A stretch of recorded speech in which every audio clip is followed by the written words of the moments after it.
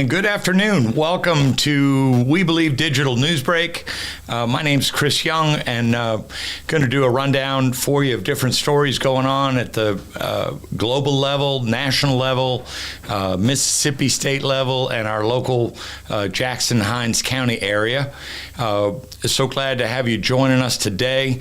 We have a call-in number here, 1-800-492-5186, or you can join us in the chat on YouTube or Facebook.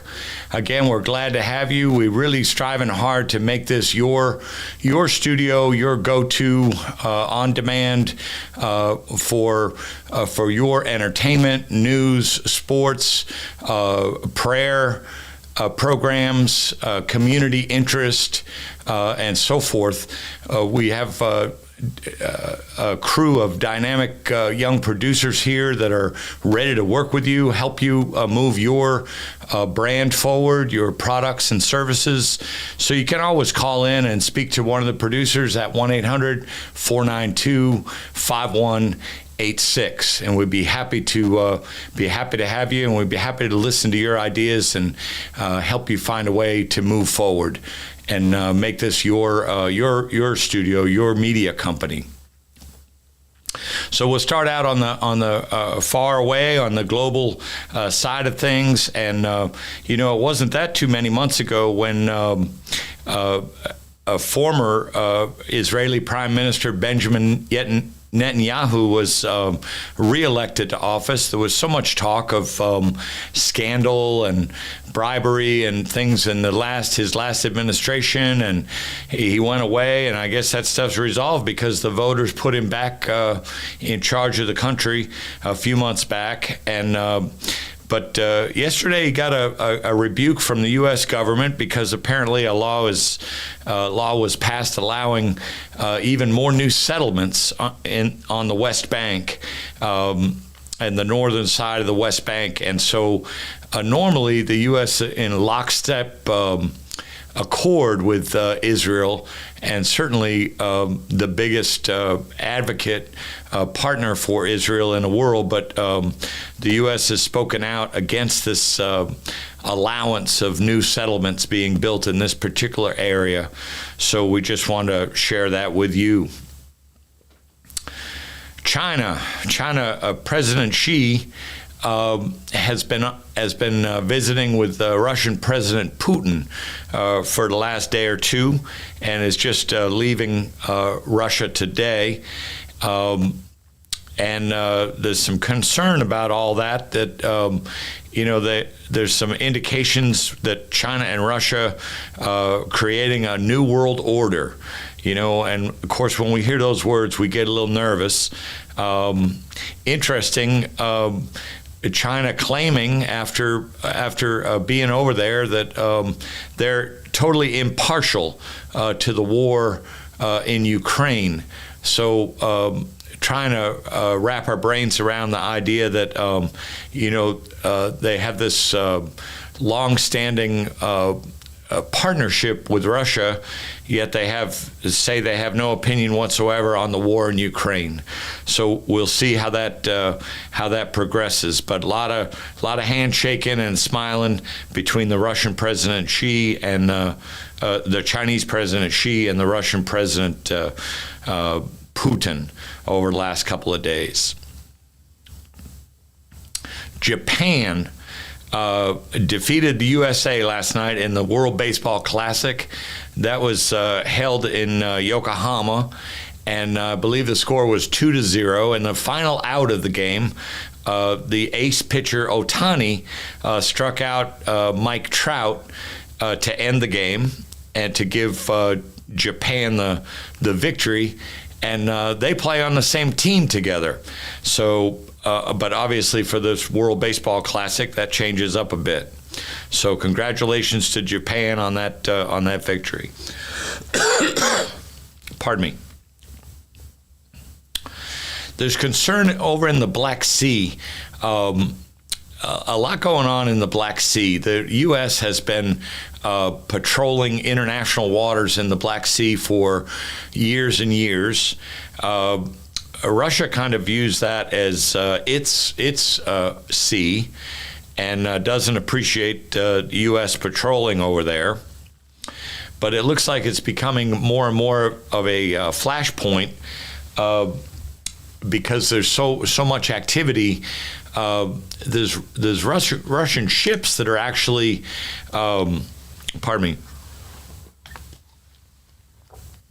Russian ships that are actually part of the war in Ukraine and firing shells, missiles from the Black Sea. And yet there's a port in the Black Sea where Ukraine does a lot of exportation of its grains, very heavily involved in its gross domestic product.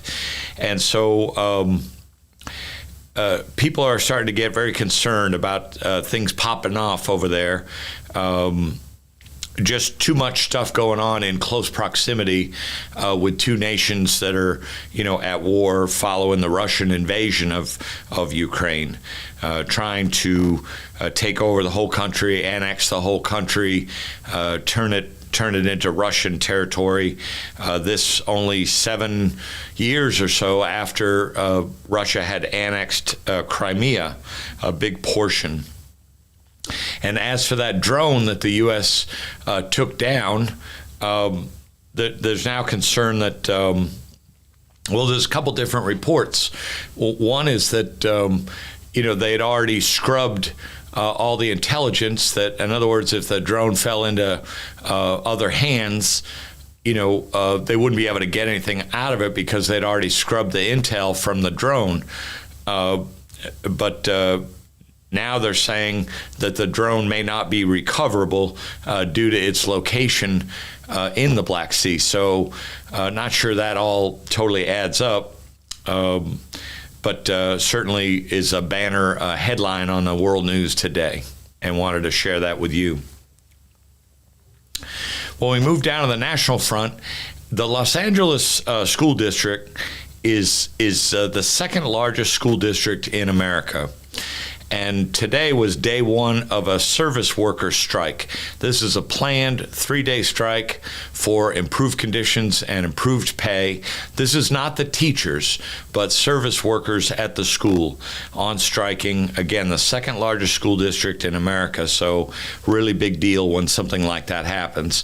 There were talks, and they seemed to fall apart at the last minute, and so they went ahead with the planned strike. So we'll see if they can reach some type of an accord very soon and get those people back to work, and so the students can be receiving full services as soon as possible, or who knows, maybe it will last the full 3 days.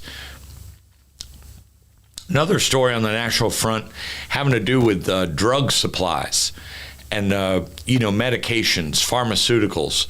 And not sure I fully follow up on all this, but the shortages have increased by 30% from 20 to 21, with certain medications being available to the public. And those include ADHD medications, some children's medications, and antibiotics. And one source, NBC News, indicated in their reporting that this is caused by economic drivers, reliance on foreign sources, and poor visibility of the pharmaceutical supply chain.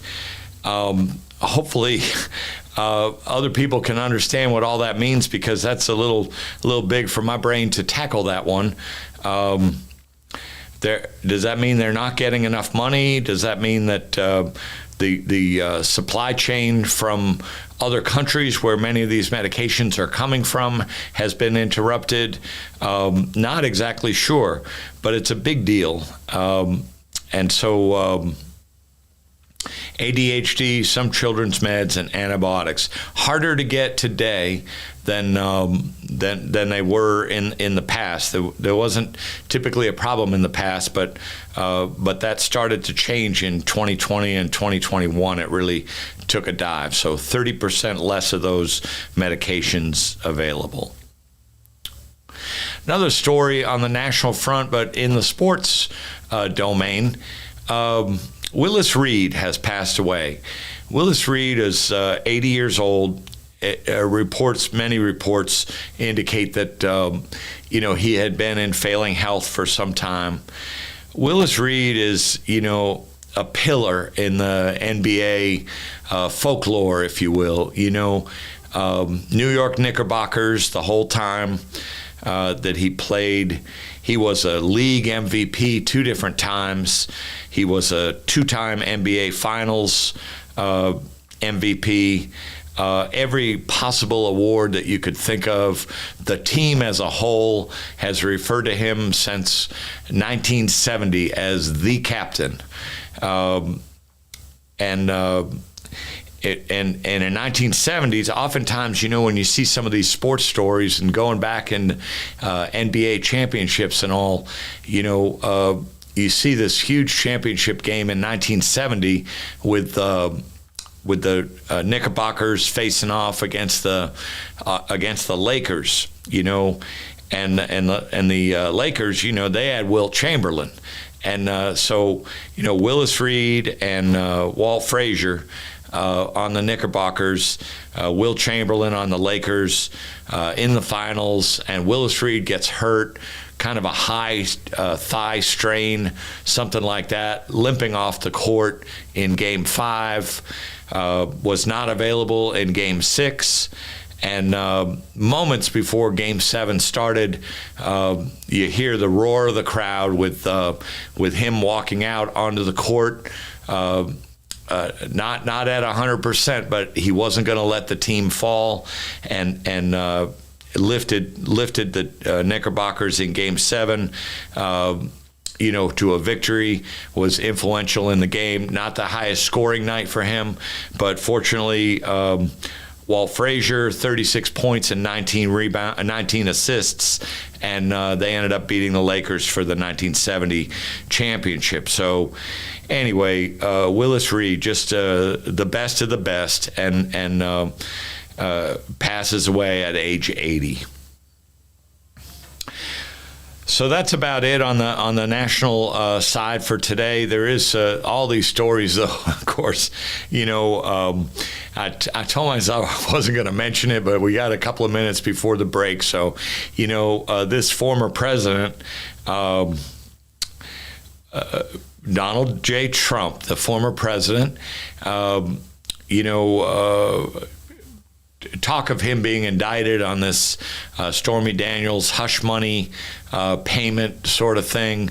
One of either 3 or 4 different legal battles that he's that are going on right now, and the grand jury this would be a normal day for them on Wednesday, but they were told not to come in today, but to be on standby for tomorrow. They're normally not in session on Thursdays, but the grand jury is up there in Manhattan, is 16 folks.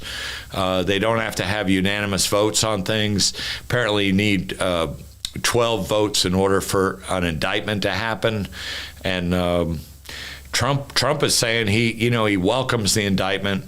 Lots of confusion about all this kind of stuff. This guy just takes up so much oxygen, and but different people are coming out and saying that this is politically motivated and so forth. So we'll see how this turns out. But also the other stuff with the with the January 6th insurrection, inciting riots, Some Oath Keeper people were found guilty last week, at the end of last week, the beginning of this week.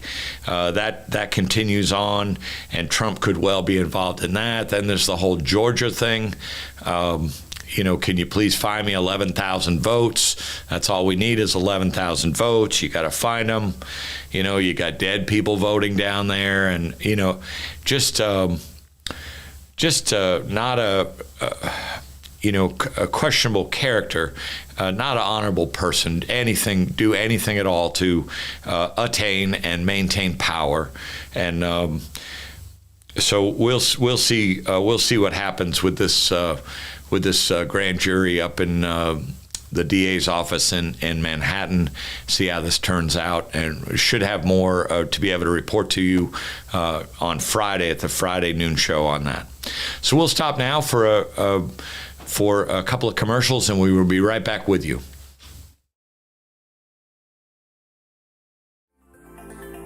Looking for the hottest content in the city of Jackson and surrounding areas? Check out WeBelieveDigital.com. Also follow us on Facebook, Instagram, TikTok, and YouTube. We Believe Digital Podcast is here for all your podcasting needs. With so much going on day to day, we lose track of what's important. Sometimes we get lost, we lose ourselves, and we forget that our personal care is important. Self-care is checking in on our physical and mental health and making sure we are using and putting good things into our bodies. It's when we take time, real time, to connect ourselves back to a beautiful, healthier, happier you. Join me and an expert lineup of speakers on April 1st as we teach you the real meaning of self-care. This will be an empowering and enlightening time to help you get and stay in tune with yourself. Invite a friend, invest in yourself, and let's all learn the true meaning of self-care. You need it, you deserve it. I can't wait to see you transform from the inside out.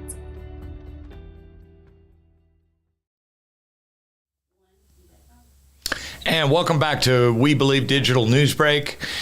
Chris Young here with our lead producer, Ariel, getting the job done today, trying to bring you some relevant news stories. Things are going on. We've covered the global topics for today and the national topics down to the state of Mississippi.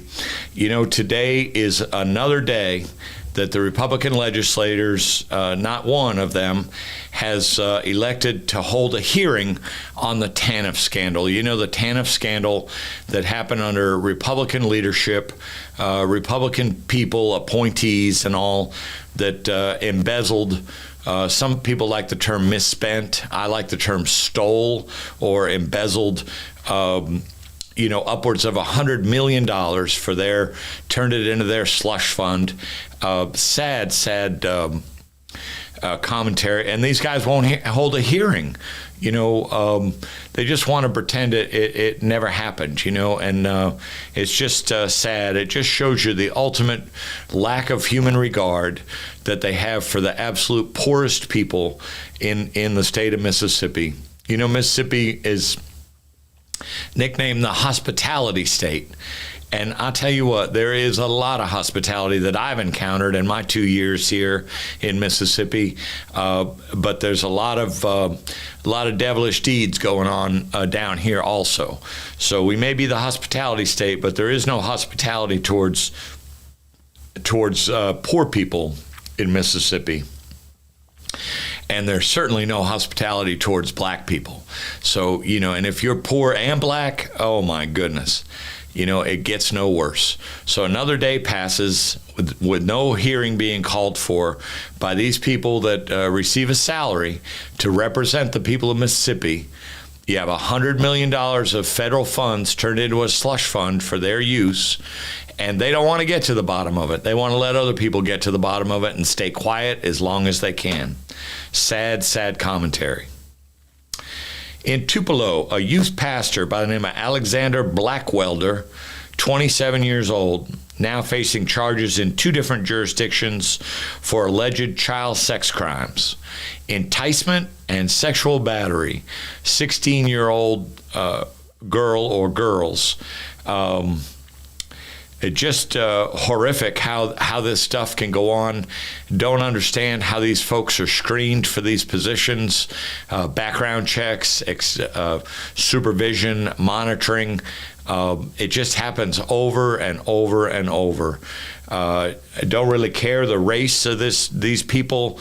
It's just fundamentally wrong. You know, when you have grown-ups that don't understand boundaries, and they the recovery from child sex abuse is a lifelong process. It is the most heinous form of abuse. It lasts forever. And not to say that people can't get past certain parts, not to say that people with the right resources and help can't get the tools to put a life together, to have a productive life. I'm not saying that at all. I'm just saying that that it's the harshest of abuse, and it is so tough to fully put behind you. It skews a person at a foundational level. So I hope this guy gets what he deserves. This Alexander Blackwell, both the punishment and the help. And prayers go out to the families, obviously, of those affected by this. You know, also in Mississippi, there'll be a story coming out late tonight in the Mississippi Link that may be of interest to you, talking about the public health and welfare of Mississippi. You know, this is one of the areas that are looked at by the legislature during each session. And looking at last year, not the current legislative session still in progress, but in last year's legislative session, there were 14 laws passed by the governor, and then another 7 that did not require the governor's signature, all dealing with public health and welfare. So if you know something about Mississippi, you know about the poverty, you know that we're the poorest state in the country, and you know that the poverty level here is higher per capita than anywhere else in the country. And yet none of these bills that were passed in the most recent completed legislative session directly address that poverty, nor did they address homelessness. And I just want to share a little information with you about that, because these people are on the state payroll. We're paying the bills for these people to represent us and do right by us, and that just doesn't that's just not happening for all Mississippians. It seems to happen for some, but it doesn't happen for all Mississippians. So when we look at household wealth, for example, in the United States, in 1990, white households owned 90.7% of the entire country's wealth. In 1990. 30 years later, in 2019, they still held 85.5% of the nation's wealth. White people. Black people, 3.8, and then 4.2. Hispanics, 2.1, and then 3.1. You know, for those that have the wealth, man, oh man, that's the American dream. Everything is beautiful for those people. But what about the rest? What about the rest of the people? You know, the Census Bureau does these pulse, P-U-L-S-E, pulse surveys. And 2 weeks ago, in the first 2 weeks of February, rather, they did a survey. This is the U.S. Census Bureau now. 36% of consumers nationwide are finding it somewhat difficult or very difficult to pay their usual bills. 36% in the richest country on earth, the wealthiest country on earth. And that's 36% is up from, it was 25% a year ago. In Mississippi, has the greatest share of residents straining to pay their bills. The U.S. Census Bureau says that 53% of Mississippians are finding it somewhat difficult or very difficult to pay their normal bills. Yet we see no action on that. We see no legislative action on that. We still have the highest grocery tax in the nation. Help us understand that, you know. So really, you know, another report from the Center on Budget and Policy Priorities. 6 months into the pandemic, there were 23 million adults, 10.5% in the U.S., reported their household did not get enough to eat, and admitted an estimated 1.4 renters with children, 1.4 renters in children, 6 months into the pandemic, lived in a household that was behind on rent. 25%. The numbers double. That's for white people. The numbers double for Black and Latino residents across the nation. In Mississippi, it was 16% of the population. Imagine this number. Now, Mississippi has just less than 3 million people. Imagine 294,000 adults reporting that their household doesn't have enough to eat. 16%. So, but you do nothing about that. You do nothing. You take no action. We have legislators, you know, getting paid for, you know, the typical salary, mileage, per diem, base pay. You know, you're talking about 40 minimum, absolute rock bottom minimum, 40 grand a year for a part-time job, by the way. And 16% of the population don't have enough to eat, and they're not doing nothing about that. And they also claim that the state coffers are full right now, like they've never been full before. But we don't see any action to help the poor. We don't see any action to help the homeless.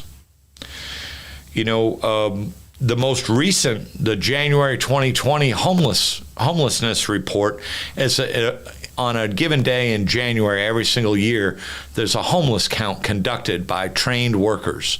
It's called a point-in-time count. And the last one published was 2020. So, you know, I don't know what happened the last 2 years, but I guess they're keeping that under wraps. But they reported 1,100 people homeless in Mississippi in January 2020. Now, if you believe that, you know, definitely got a bridge to sell you. But I mean, you just look in Jackson alone. It's just horrific levels of homelessness. See these people, it just make you cry driving down the street. See these people huddled in the doorways, and you know, it's just horrible.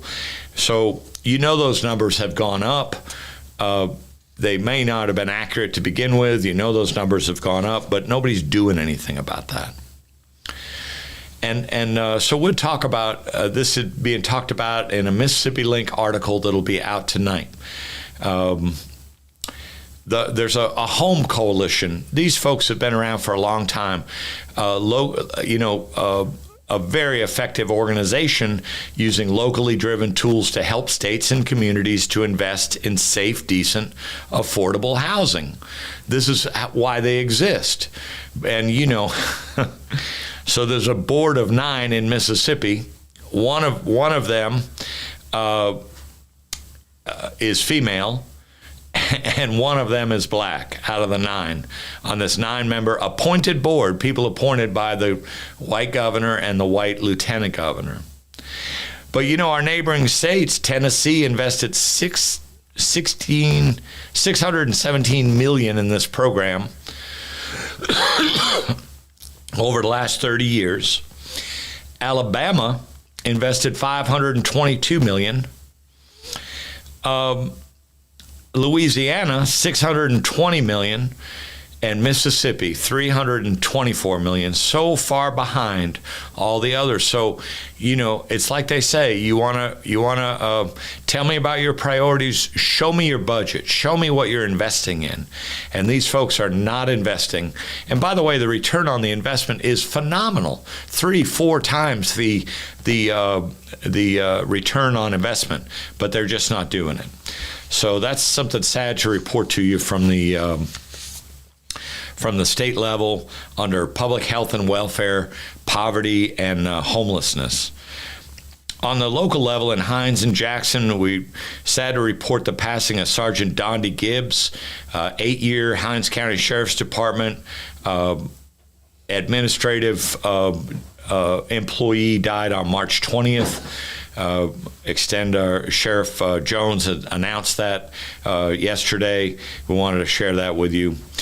Back to this HB 1020 that's going to affect Jackson and Hines.